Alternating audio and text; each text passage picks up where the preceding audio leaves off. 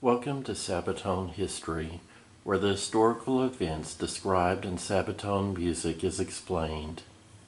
Coat of Arms is the title song of the 2010 album.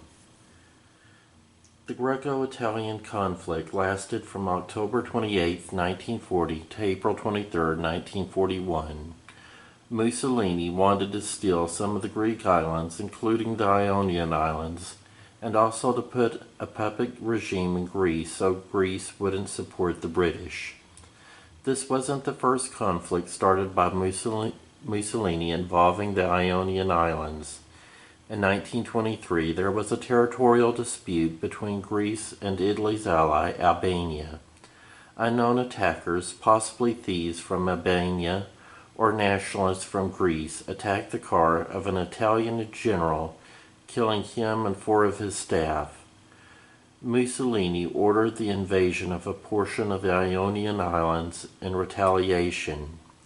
Although Mussolini withdrew from the Ionian Islands after a peace agreement, that peace agreement was favorable toward Italy and Albania, encouraging Mussolini to commit further acts of aggression, including the invasion of Ethiopia.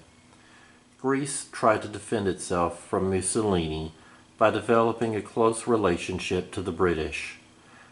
Unfortunately, this relationship made it easier for propagandists to persuade the Italians that Greece was a threat to their nation.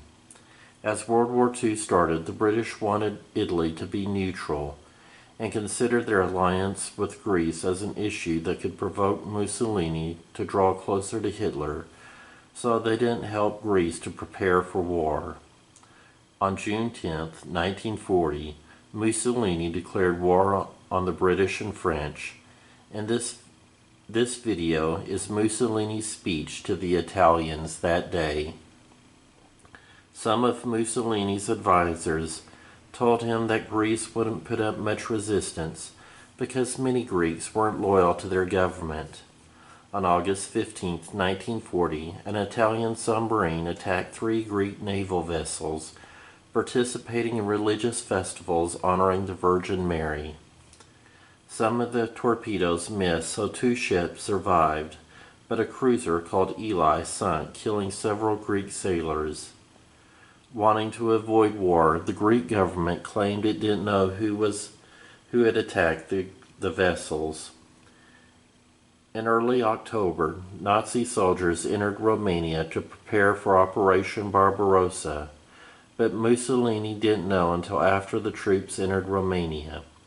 He was insulted by this because Hitler was exerting influence on Mussolini's part of Europe, so Mussolini wanted to demonstrate his power.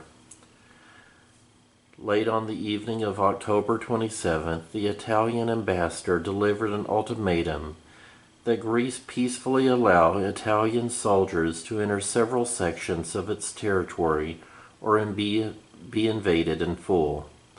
The Prime Minister of Greece replied that Italy would have war if Italian soldiers entered Greek territory, so in the early hours of October 28th, Italy invaded Greece. Greek forces fought under the Greek coat of arms, which has a white cross over a blue background. Greeks used the motto, "Freedom or Death," which in later decades would become the official motto of Greece, and Greeks have used that motto since the early 1820s. The Greeks began defeating the Italian army. The British sent forces to help the Greeks when they realized how well the Greeks were fighting against the Axis.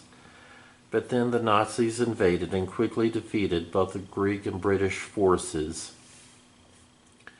Greece was conquered within half a year's time, but it resisted the invasion more than Mussolini expected, affecting the future of his regime.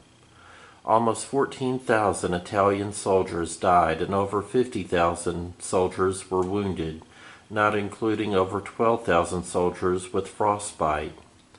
Another 4,000 soldiers were missing in action. There were multiple reasons for Hitler delaying Operation Barbarossa, but one of the most important consequences of the Greco Italian conflict was the Nazi invasion of Greece was one of the main reasons for the delay of Operation Barbarossa. The delay contributed to the defeat of the Nazis by the Red Army.